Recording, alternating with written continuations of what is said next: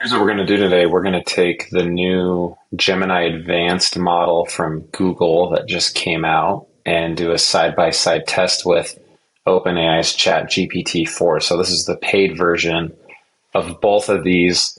We'll use the generic model, not a custom GPT, which is really easy to make. If you pay the $20 a month for Chat GPT, you should play around with that, or send me a message and I can show you how to do it.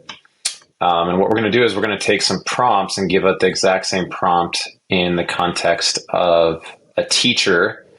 In this case, we're going to do a sophomore English teacher who's teaching a novel and trying to come up with an engaging lesson and assessment. And then we'll actually come up with some student submissions and then use both of these to give feedback on the same rubric. And then we'll just compare and say, okay, overall, which one's doing a better job?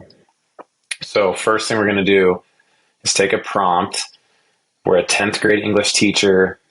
We're engaging, dynamic, and an expert at creating immersive learning experiences. And then they're going to make this hook for a lesson on the Lord of the Flies. So the kids are going to get into a class discussion and be excited. And the idea is we're going to start reading this book and we want them to actually be into that.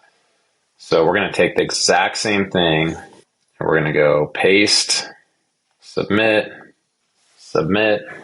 And then you can also see in terms of time, how long does this take to generate? It looks like Gemini is going a little bit faster, quite a bit faster actually. And so, I mean, the first thing you notice is just the format. You can have this read it out loud, which I won't do. I mean, the context of this is it sounds like it's telling a story, right? It's not just saying, do this, do that. It's giving us this scenario. We're on a plane with our classmates or our sports team. The plane's going to crash. We wake up, we're on this desert island, no adults, which anybody who's read this book knows that's the setting of this book. And then here's what we're going to do. We're going to ask kids some questions. What's your first thing? Who's going to be in charge? And then there's like a scenario. So this sounds super engaging. If I was a sophomore in high school, I would totally be into this with my friends. And then it's got a way to transition this to the book. And I mean, it even kind of narrates like, okay, take out your copies of the book. I mean, that sounds legitimately great. So let's go over here to Chat GPT, which took a little bit longer to write. The context is similar. So it has 5 different ways to engage kids, whereas Gemini had sort of a backstory and then a series of 3 questions. I take this as pick one or more of these. Mystery box. See, I don't like this because it's having us assign a character from the book, but if you look up here, it says we want the students to be excited to start reading Lord of the Flies today. And that to me does not make sense because they're not going to know any of the characters. So I don't know if it's not picking up on the context or why that is, but I really do not like that response. And then it's given us some controversial statements.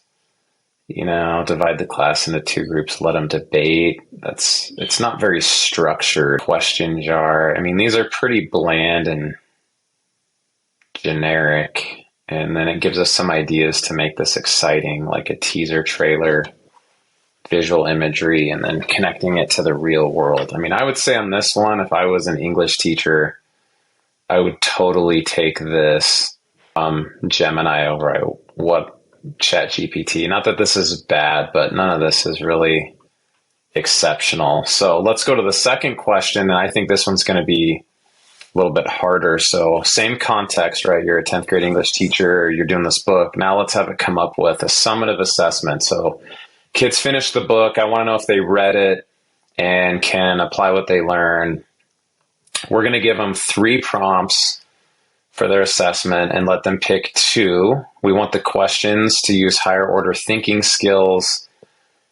We want the questions to clearly explain what's required to get the points. We want the points to be 50 out of Each question 100 total for both. Make us a simple rubric that follows these scores. And then make sure the questions challenge the students to explain their thinking and apply the content or lessons from the book to their own experiences. So this is pretty high level.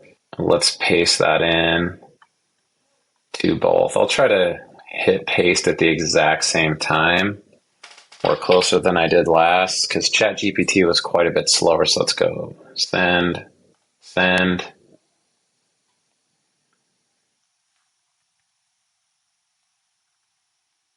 Let's see what it comes up with. Another thing that's nice is if it formats this in a way that I could paste this into a Google Doc without having to change it. Oh, let's see. Let's look at Gemini first. The beast within. Talking about how the real savagery is them, which is definitely one of the themes of the book. So here's the meat of this. Can you identify a time where you or someone you know had to struggle with an inner conflict between doing what's right and giving into darker impulses? Man, this is really heavy for sophomores in high school. You might have to put a disclaimer and say school appropriate or nothing that I'd have to write a letter to your counselor about. But that's really high level thinking and definitely a good job of taking one of the themes from the book and saying like, okay, kids have to know the content, but then they also have to apply this. Second one, you're one of the boys stranded. Basically, whose group would you follow? Which one is more like your personality? And then pros and cons of their leadership style, which this is super high level thinking.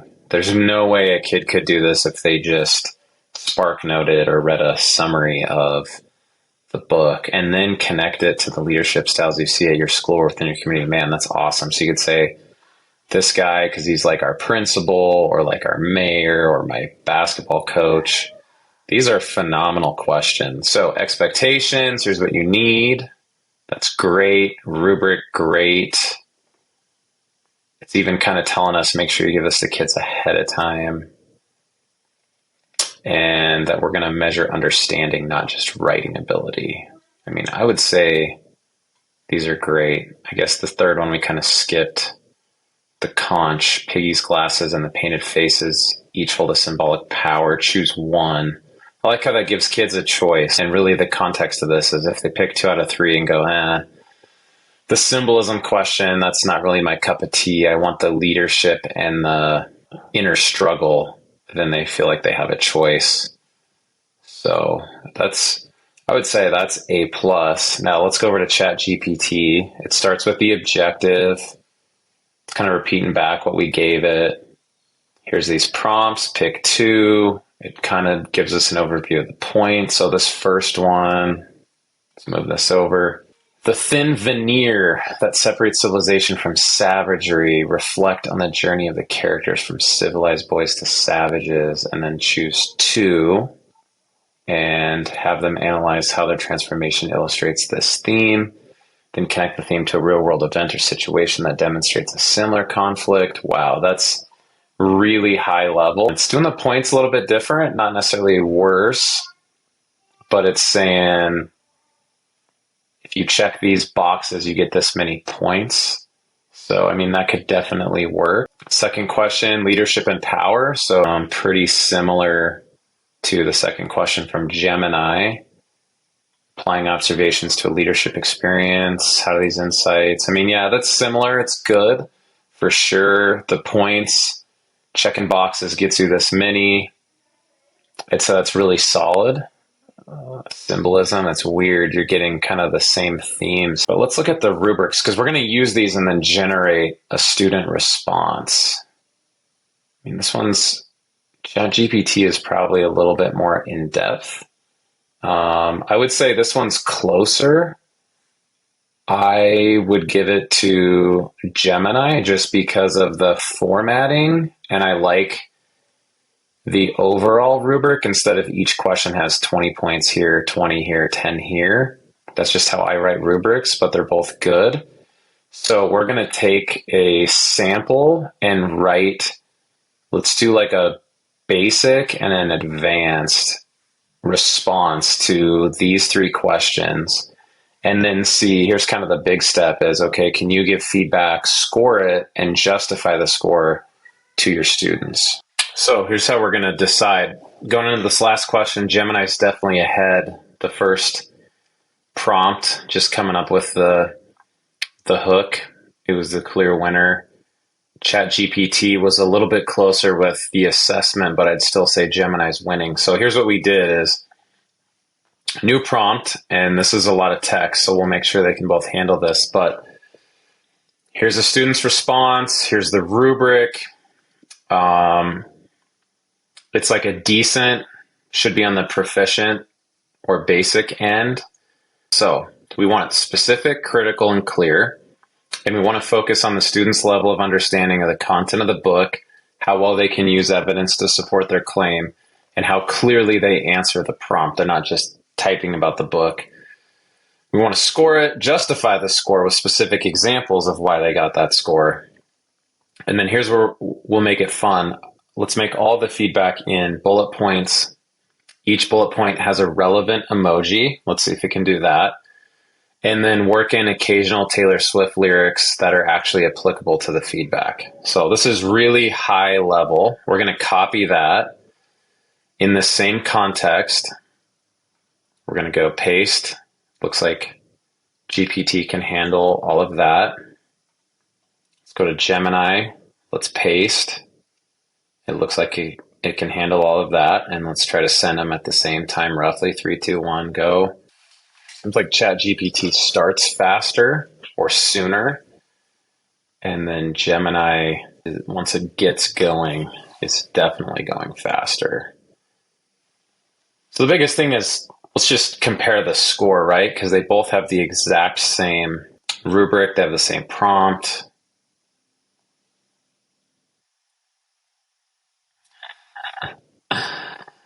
Okay, so let's go Gemini first. Let's shake it off and break down this Lord of the Flies essay. That's pretty good. So it actually started that feedback with a Taylor Swift shout out. Understanding, text support, prompt alignment, personal voice. I mean, I would say those emojis are pretty good. And the feedback seems to be on point. Now, this is what really matters is if I'm a kid reading this, how do I improve? Dive deeper into the fear. We ask a couple of questions, and then this is awesome. It gives you, okay, I could have asked it this way. Stronger links. So linking your example back to the text, and then it gives an example of how to do that. That's excellent. I don't know about the star emoji for originality, but it's giving you, here's how you could word this instead of just here's feedback. 89 to 70 range, high end, based on these good things, and then it has a Taylor Swift quote at the end. So I'm only seeing 2 Taylor Swift quotes, but beginning and end. You know, definitely good. I would agree with the score. Let's see what Chat GPT does. It's a little lengthier. Good grasp. However, Taylor Swift quote. Here's how we can make it better. And then we have like a little header. So under each, it says, here's how you used evidence. Positive feedback, critical feedback. Excellent. I like this formatting better. It just makes sense to me. Taylor Swift quote with the final thoughts. It's a new soundtrack. I could dance to this beat forevermore. Yeah, I don't know if that really works. I would say it's a tie here. The actual feedback is better from Chat GPT, and the way that they structure this makes more sense to me. If I was a kid, I would like this format.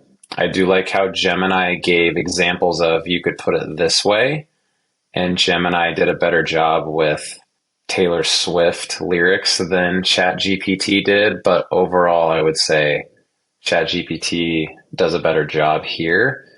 And one of the things that'll be interesting is, can you build yourself an instance in here and say, like, I'm a high school English teacher, I assign these books, so you don't have to keep prompting Gemini with this context, because one of the benefits of Chat GPT is you could just make yourself a custom GPT, which is really easy. put in your rubrics, put in your curriculum map, and kind of give it a personality like yourself. So I would say overall, the advanced version of Gemini, which is free for 2 months, is definitely worth exploring. And if you haven't used that with your personal email, you can get it for free for 2 months.